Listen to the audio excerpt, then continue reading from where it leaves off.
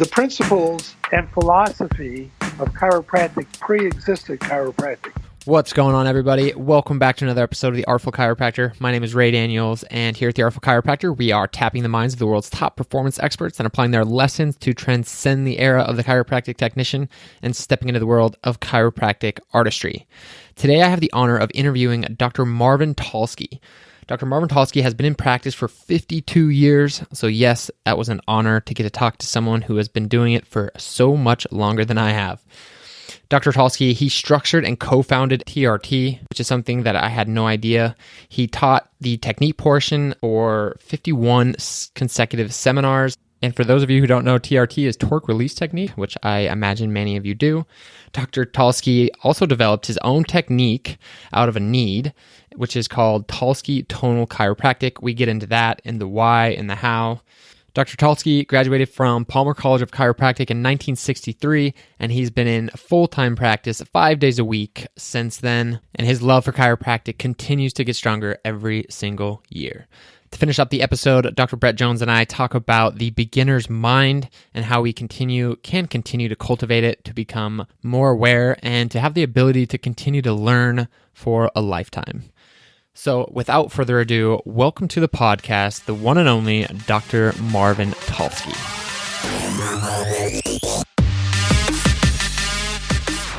Dr. Talsky, welcome to the Artful Chiropractor. The Artful Chiropractor, good name. Yeah, thank you so much for taking the time tonight. I'm really looking forward to our conversation. So, okay. Dr. Talsky, you've been... Forward to sharing. What's that? Oh, awesome. Dr. Talsky, you've been in practice now for 52 years? I'm in my 52nd year, yes. 52nd year. Yes. So I'd love for you to maybe just share a little bit about yourself and your journey this far. Yes, I got into chiropractic pretty early. I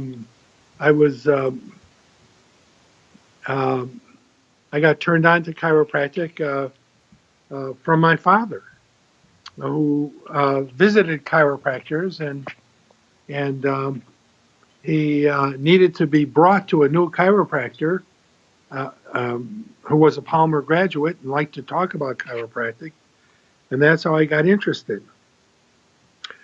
I was in my first year of college, and I was going to go into business, and out of default, out of having nothing better to do. And when I found out about when this chiropractor started to explain chiropractic, it was the first thing that really grabbed my attention in my life. So he encouraged my father and me to go visit the Palmer College of Chiropractic, where he graduated from, and so we made arrangements, and we drove out there, and I was so impressed that we signed up for the following fall term, and so I started in October of 1960.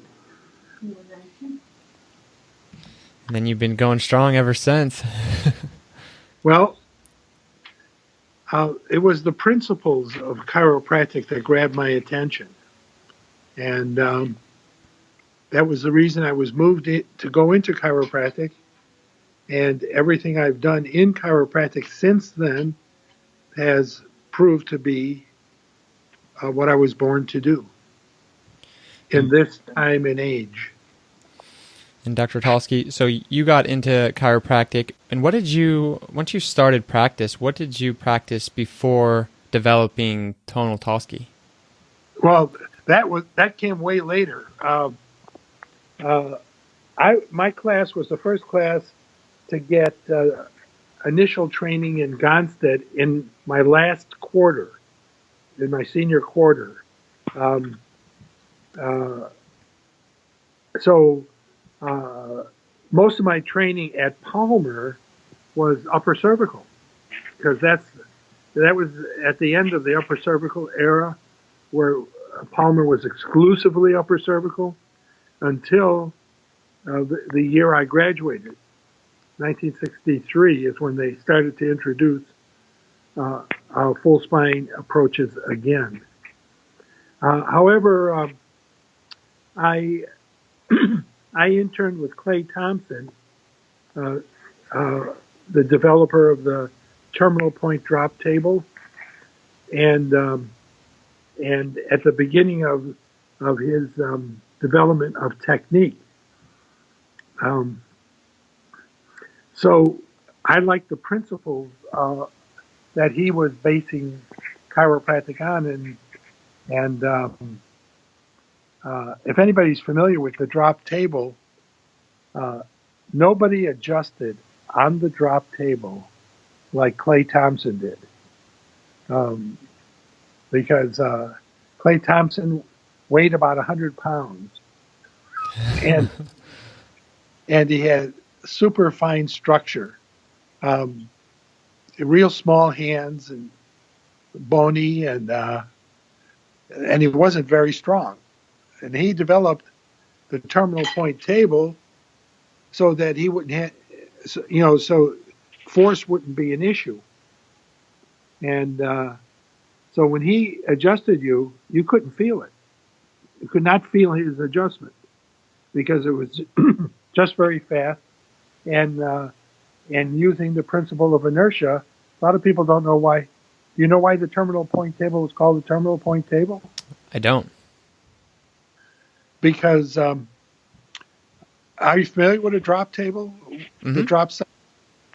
Yep. So the concept was that you put the entire area of the spine in motion, so it has the inertia of motion, and with a careful contact in the right place, as you put it into motion, the actual adjustment, theoretically, would occur at the terminal point of movement. So a drop table starts movement and then stops it. So everything stops except the contact point. Do you get that? Mm-hmm. So it was, instead of overcoming the inertia of lack of movement, you put the whole area in movement, and it doesn't take much force. So that was, in the middle of the mechanistic era. Did you practice that early on in your career? I did practice. I was always into lower force thrusting as opposed to heavy thrusting. Right from the beginning. And so there wasn't much in the way of systemized approaches of analysis. There were analytical approaches. Most of them were based upon X-ray, and the heat detection devices. The original was the neurocalometer, which measured the difference in the heat output at equal points along the spine. Am I being clear what I'm saying? Mm-hmm. Yeah, I'm listening. And so initially, when that instrument was introduced in 1923, they were looking at the brakes. But then it was discovered, after making recordings over and over again, that what was discovered upon observation is that when subluxations existed in the spine that were interfering with the nervous system, it would produce an abnormal pattern, i.e., it would break a little bit as you went up the spine. It would break a little bit to one side, then a little bit more, then come back. And a pattern was formed that showed over and over again on additional readings until adjustments were made. Okay. And so it was discovered that whenever there was true interference to the spine was stuck in a no longer appropriate pattern of response. So normal should have been different every time you took a reading. Mm-hmm. Every time you took a reading, it should be different. Right.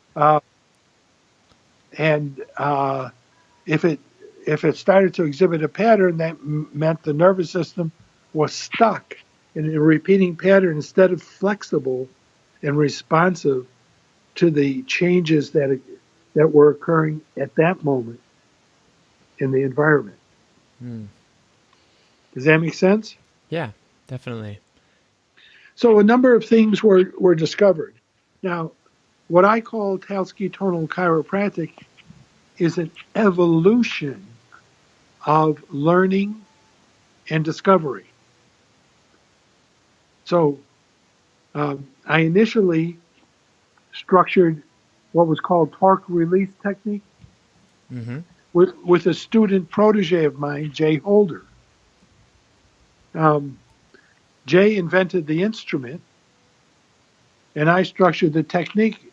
And when we started teaching, initially as postgraduate faculty of Life College in 1995. So, so I taught the technique portion of the first 51 torque release technique seminars. And Jay taught introduction. He taught about leg checking. He taught the research that he had done previously, and he talked about other things that he did. But after 51 seminars, he was able to teach the technique, and I stopped teaching the basic torque release technique and structured advanced hands-on workshops, which I did under the name of torque release technique from the end of 1998 into 2001, when I discovered that our work was diverging. And I was being a 5-day-a-week practitioner, which I still am, and Jay being primarily a seminar entrepreneur, teaching torque release technique and various other seminar subjects. I was continuing to make discoveries and refinements in the work, and he never took the time to take the advanced work I was developing. So in 2001, I decided to separate from torque release technique, let him continue teaching what I had developed in 1995, and I restructured the work and started teaching under my own name in 2001. And I've continued to make refinements and discoveries since then. So even though I have to date taught 114 weekend seminars since '95, I've never taught any two the same. I've always learned more, discovered more, and my seminars are very, very highly interactive, so that each seminar group creates a group consciousness and brings forth different emphasis. And Dr. Talsky, it seems like you've had like a really open mind about the evolution of the art of chiropractic through your entire career, and I think that has been extremely beneficial to you. Right. And And has that always been there for you, that you were going to evolve the work that you were doing? Or was there a moment that you realized the way you were practicing, there could be some evolution to it? No, it was right from the beginning. Right from the beginning. Because there was very little of a systemized approach at the time I started practice, I looked to try to establish that. And I was making discoveries in the early 70s, and I started developing a low force technique using my fingers. And then I heard about activators. So I took the seminar, and that was to me the first sensible analytical basis for adjustments on a moment-to-moment basis. So I embraced the activator system, which at that time was nothing more than Richard Van Rump's directional non-force technique and Logan Basic work, which was pelvis and sacral oriented. So we started there, and I stayed with activator during its developmental years. I took my first activator seminar in 1974, and I started to implement it immediately. And then activator encouraged seminar participants so that little by little, between 74 and 1988, were activators' developmental years. And they reached the end of their model in 1988, where they had a stress test for every segment of the spine and a way of adjusting. But it was, so activator was a highly refined mechanistic technique that applied its chiropractic in a linear fashion. It was vitalistic, but not tonal. Okay, I'd love for you to kind of talk about the differences between maybe vitalistic and tonal for you and your transition into Talsky Tonal. Well, tonal work is vitalistic, but not all vitalistic work is tonal. Okay. So vitalistic means dependent on the intelligence of life. So, to repeat, what grabbed me about chiropractic was the principles of chiropractic and the philosophy of chiropractic. So, chiropractic principles are based on a deductive reasoning, a deductive logic. And that's different than an inductive logic. So, are you with me here? Yeah, I am. So inductive is you learn more and more about things by discovering more and more. Mm-hmm. So medicine is based on an inductive logic and basis, where chiropractic is a deductive form of reasoning or logic requires a premise to start off. Then everything is deduced off the premise. It says that there is a universal intelligence, which is constantly giving to all matter its qualities and characteristics, thus maintaining everything in existence. Mm-hmm. So do you get that? Yeah. Definitely. So chiropractic is based upon a recognition of a universal intelligence from which all matter is dependent on, and all life. And the wording is such, it doesn't say there was a universal intelligence or that gave to all matter its qualities. It says that it is giving, that gives to all matter its qualities. It's in the process of giving all the time, eternally, now, not just in the past. Mm-hmm.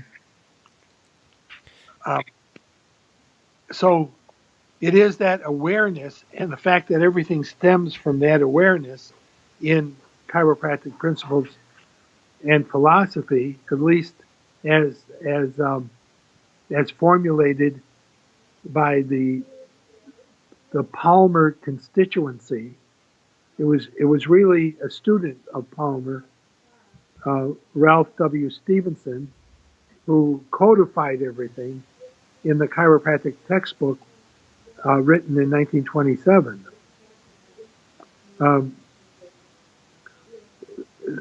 So remember, if a principle is a principle, it never changes. Right.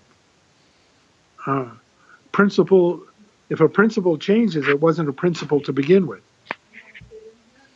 And is so vitalistic means depending on the recognition that intelligence creates matter, intelligence creates life, intelligence creates the organization of life, not the other way around.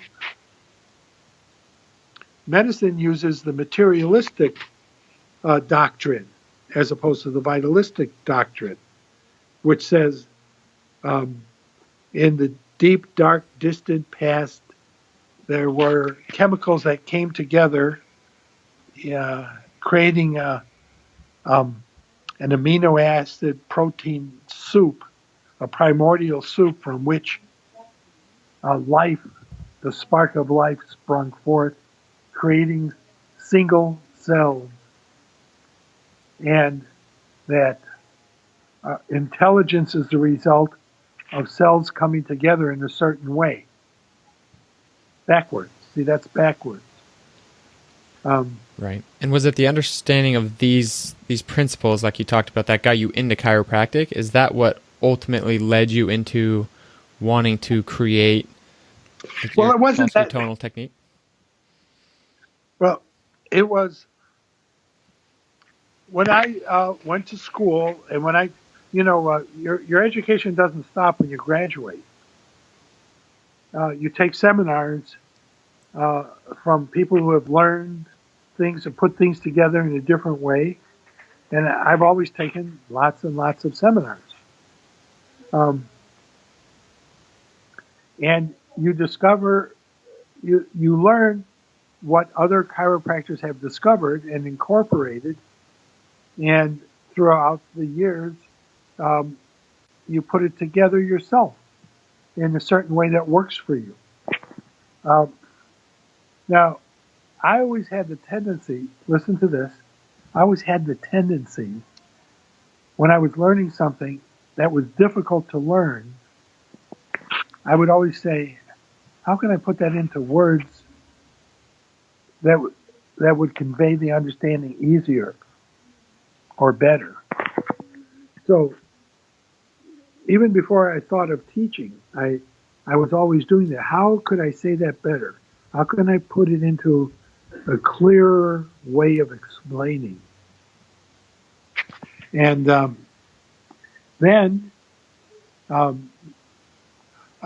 was in practice in a suburb of Chicago, which I still am.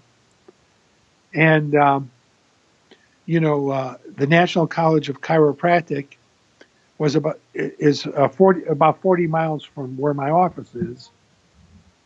But a national student discovered me, and he started coming to learn what I was doing at the time. And then he told friends, and uh, uh, a period of time occurred where lots of national students used to come to watch me, and they basically fell into two groups, which I'll tell you in a minute. And a few of them appreciated what they were seeing so much that they started interning in my office, coming 2 or 3 times a week while they were students. One of them was Jay Holder. And so, National College of Chiropractic does not teach chiropractic philosophy. Mm-hmm. Um, what they called principles and philosophy was nothing but a history, a loose history of some of the highlights of chiropractic, but no principles, no philosophy. Interestingly enough, they taught the philosophy, the true philosophy and principles of acupuncture, Gotcha. but not chiropractic, heaven forbid. And but at any rate, I had a lot of students come and asking me questions, and questions helped me form ideas, helped me in the answering, helped form my ideas and putting things together. I had some good teachers, Clay Thompson. A lot of people don't remember a teacher from Palmer College, Marshall Herbert Hines. He was very instrumental in developing some chiropractic instrumentation before computers that was very advanced. And when he retired, he went back to where he came from, which was Waukegan, Illinois, not too far from where I was. So I got together with him, and I started using him as a consultant, and have him. I had so-called problem cases, and he would come every Wednesday with his advanced instrumentation, and we would work with these problem cases. And then we would go to lunch and discuss it, and I'd ask questions and he'd answer. And I learned a lot about concepts of analysis and adjustment. He didn't have a systemized approach, but I learned a lot about concepts. And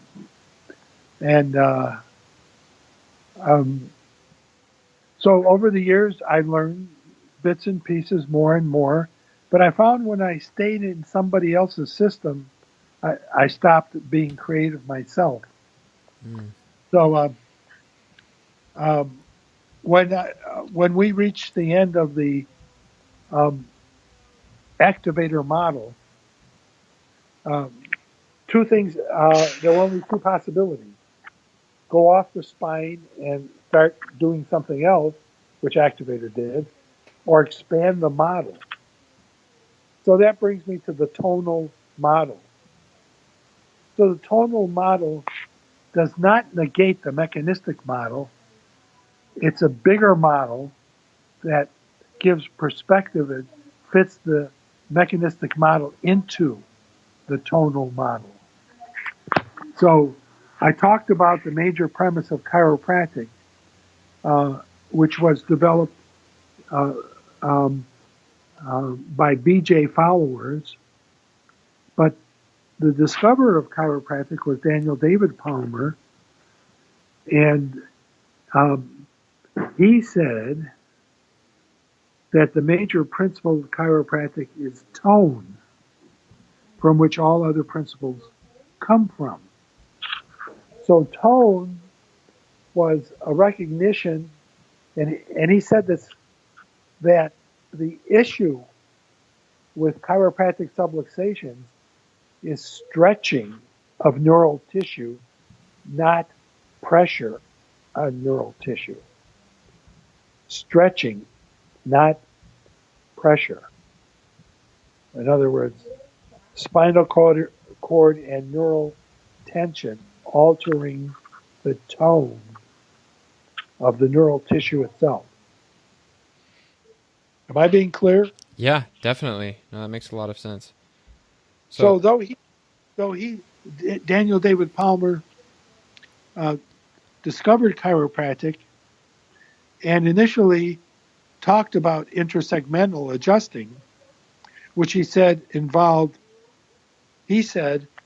that the intersegmental subluxations that exist in the spine expand the IVF, the intervertebral foramina.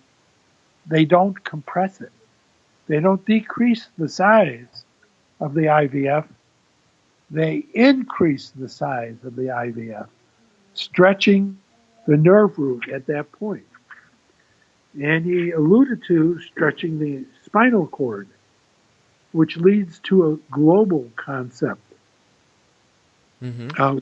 which we expanded on.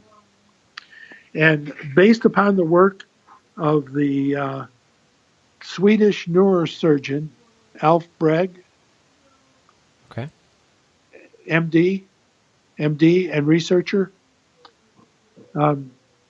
he said that the entire brain and spinal cord, the bones of the cranium, spine, and pelvis, and the coverings of the brain and spinal cord are one functional unit. And Alfred called it the spinal meningeal functional unit. And the first chiropractor who embraced that concept was Dr. Lowell Ward, who developed spinal stressology, which did not catch on that much, but he wrote a book about it. And the book provided a lot of food for thought. So basically what he said is that the entire brain, the coverings of the brain, which is the multi-layered meningeal sheath, and the attachments of the dura mater, the outer layer of the meningeal envelope, the attachment of the dura mater to bony structure in the spine is very discriminate. Not in the brain, the dura mater attaches, it adheres very significantly on every bone. But in the spine, there's only dural attachments to cervical vertebra, the sacrum, and the coccyx. There's no direct dural attachment to thoracic or lumbar vertebrae. Mm-hmm. So what does that picture create? A picture that the tension and tone of the spinal cord is very dependent on the positioning of the cervical vertebra, the cranium, the sacral, and coccygeal segment. Do you get that? Yeah. So that's where a lot of your attention goes, then, I imagine, with your technique. Yes. Now, with my technique and most tonal techniques, the appropriate place to adjust could be anywhere in that entire system, which I expanded, not to be different, but because. So Alfred called it the spinal meningeal functional unit. I'm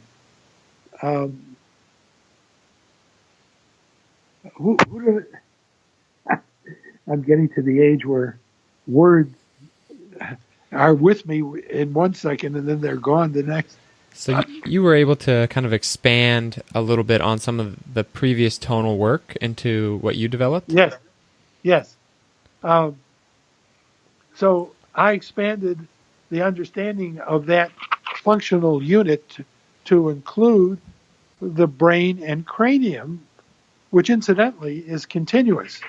Mm-hmm. You know, I mean, who said that the brain and the spinal cord were two separate structures? Um, anatomy means to break apart and give names to parts. Mm-hmm.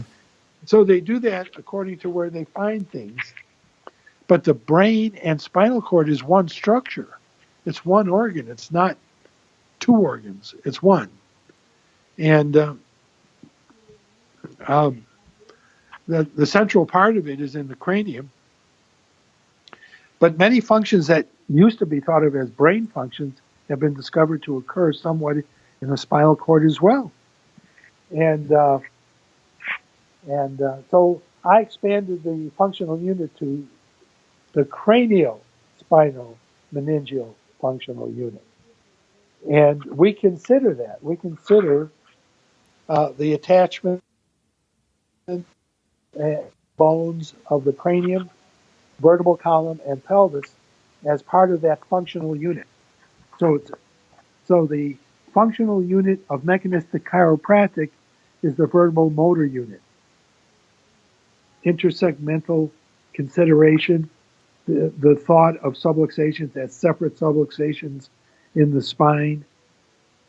But in my tonal work, the entire system is, for want of a better word, and to use the expanded understanding of subluxation that we use in chiropractic, the system is subluxated or it's not. And if it's subluxated, there are subluxation focal points throughout the system which can and do change. They don't necessarily stay the same.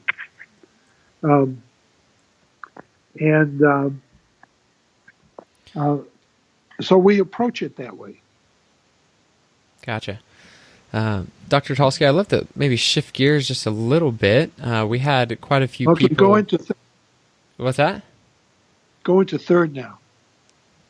We've been through the first gear and the second gear. Go into third. Okay. But you're switching gears. I am. Yep. Dr. Talsky, I just would love to talk a little bit about just what it's like to be in your 52nd year of practice. I mean, did you expect to practice for this long? Did you always think that you were going to practice? Interestingly enough, I've always had trouble setting goals, but I always thought I would celebrate 50 years in practice. I always thought I would, and I did, of course. And that's something that Palmer still does. They honor the 50-year graduates. So that was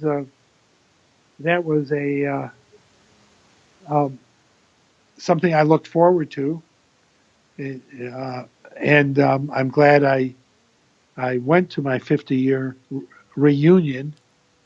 I graduated in the 1060 class. I graduated in the end of September of 1963. I did my 4 years. I went straight through. I never took off in summer. And has your love for chiropractic stayed consistent over the years, or was there at any years? No, it's grown. It has not stayed consistent. It's grown. I'm happier with where I'm at now than ever before. And I'm not happy with the profession. And something I say at some of my seminars is, I am not dedicated to chiropractic. I never have been. I'm dedicated to the principles that chiropractic was based on. And I think chiropractic only deserves to survive if it adheres to its unique principles. If it doesn't, who needs it? I am convinced that the principles of which chiropractic is based on and the evolution of the application of chiropractic will survive. I don't know if it's going to survive under the name chiropractic, but I'm certain it will survive. And in the past probably 20 years, I've heard bits and pieces about doctors and scientists outside of chiropractic making discoveries that are chiropractic-like discoveries, principle discoveries. So I know it will survive. So, no, I'm excited about the principles and the application. And again, I say chiropractic will survive only if it deserves to survive by adhering to its principles, which the majority of the profession is not. And do you see yourself at all slowing down in the next, I don't know how many years? I have slowed down. I mean, my first 25 years in practice, I I took breaks for meals, but I was in the office about 12 hours a day. And now I worked with staff from the beginning. 1965 is when I started in practice. I worked with staff from 1965 into 1997 when I was looking at recruiting, interviewing, and training new staff. It was a big time in my life. I had been decreasing hours little by little. My youngest child was in college, and I was restructuring everything, my life, my practice. So I gave up staff completely in 1997. I restructured the office, and I started practicing. I only had contact hours, 4 hours a day, 2 hours in the morning and 2 hours in the afternoon. And but of course, there's a lot to do outside of those contact hours. I mean, I was putting in. I was in the office at least 30 plus hours a week, but I was only having contact hours 20 hours a week. Seeing people, taking care of them. So yeah, I've cut back quite a bit, but I never want to cut back any more than I'm at now. Mm-hmm. This works for me. I like it. I get a lot of satisfaction out of taking care of people and helping them, putting people in touch with their own source of life. And I get more out of teaching seminars. I get more satisfaction and fulfillment out of teaching seminars than anything. I love turning chiropractors onto chiropractic. Yeah, and I've read a little bit about kind of your seminars, and you talk about how it's not necessarily a replacement technique that you do, but something that docs can kind of add in to what they're already doing. Actually, I teach a model of application to make anything you do more effective. A model of application, a tonal model of application. I also teach technique to fit into that model. But to me, it's a compliment when I hear people say, I've seen 2 or 3 different people who've taken your work, and they all are practicing it so different from each other. I consider that a compliment. Mm-hmm. Yes, so this is about making any technique more effective and sharing my discoveries and my own technique discoveries and refinement. All right, Dr. Talsky, we're gonna go into the quick fire round. We have a question from a facilitator who practices in Australia, and his name is Amer Kuti, and he was curious. He wanted me to ask you how we could increase our ability to feel with our hands. Was there any drills or visualizations that you have used throughout your career that have helped you along with this process? Well, the intent to feel and the practicing of that intent to feel is what does it. You have to, any skill that anybody has in any area whatsoever comes from practicing basic things that you learn. So a person can like music, and a person can want to play music, but if they don't practice, if they don't learn the basics and practice it, they'll never do it, right? Mm-hmm.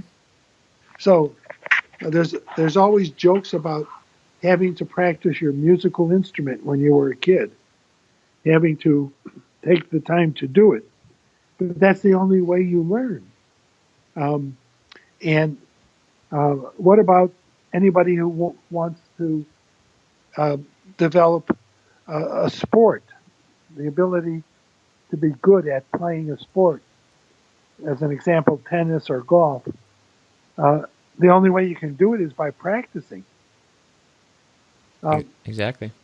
And I think that question is a good question because people understand that if they're going to learn to play an instrument, they got to put in the time to practice. They have to take lessons. And if they really want to be good, they need a coach. The same with a sport. You have to take the time to learn the basics. You have to practice the basics. And if you really want to be good, you need a coach, an ongoing teacher. So why is it that chiropractors go to a weekend seminar and they expect that that's all they need? Right.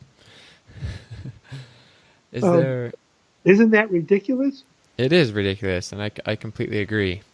And I think so. The only way you develop the skill to feel is by practicing with the intent. Now that brings me to a good point that I don't want to miss, and that's this. It's outside your questions, but one of the things that D.D. Palmer said is the principles and philosophy of chiropractic pre-existed chiropractic. He did not discover the principles or the philosophy of chiropractic, but he found a application for them. So in other words, I'm going to take a drink of water. Okay. In other words, he found a way of utilizing the principles and developing an application for them. He felt that was one of the uniquenesses of chiropractic. So chiropractic from its beginning was, listen to this, congruent thought and action. Congruent thought and action. So too many chiropractors learn to practice their techniques automatically. What happens when you learn something automatically? You stop thinking. One of the things I teach is how to stay in present time consciousness. I give a technique for staying in present time consciousness, and really, it's very little more than congruent thought and action. On that, in present time consciousness. On that note right there, Dr. Talsky, is there anything that you say to yourself prior to serving someone? Or are you trying to clear your mind more? What I do, yes. The answer is yes. I seek to connect to my to spirit through soul. I seek to connect and maintain the connection to spirit, or the intelligence of life. And Dr. Talsky, I know we're kind of wrapping up here in a little bit, and I want to be respectful of your time. but we kind of have one big last question for you. Okay. So when it's all said and done, I'm not sure if you think too much about like your legacy and what you're leaving behind, but I'm curious to what you really want to be remembered for. I want to be remembered. You mean in chiropractic? In chiropractic or life or whatever. I want to be remembered for teaching people how to connect to and express more of life from their source. I love it. Dr. Talsky, is there anything that maybe I haven't asked you tonight that you would like to let our listeners know? I think we covered quite a bit. We sure did. And yes, you got to find teachers you want to learn from and keep learning from them until you can start teaching. The best way to keep learning is to teach yourself. That is, teach others. Be open to teaching others. Either people who come to you in your practice or doing what I'm doing. And where can our listeners continue to stay in touch with you, Dr. Talsky, and kind of maybe potentially attend your seminars? My website is Talsky Tonal Chiropractic. TalskyTonal Chiropractic. That's my website.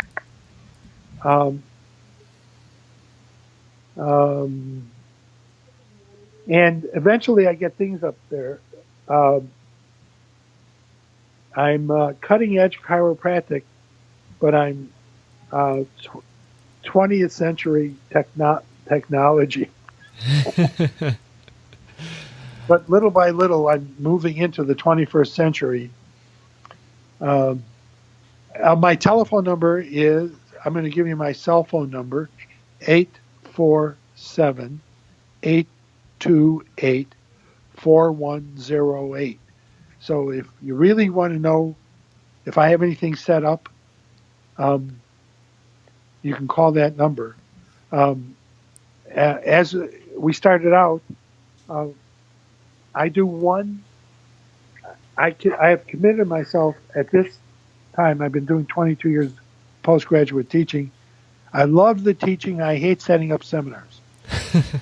But I've committed myself to do one seminar a year in my office in the spring every year in my own office. And that's going to be in 2 weeks from tomorrow. If anyone hears, when does this podcast broadcast? This will broadcast next Wednesday. All right. So that'll give someone a week to contact me. At this time, I have 5 openings. Wait a second, 15, 4 openings left. I keep my seminars small because everybody gets adjusted at least 3 times during the weekend. And my seminars are highly interactive.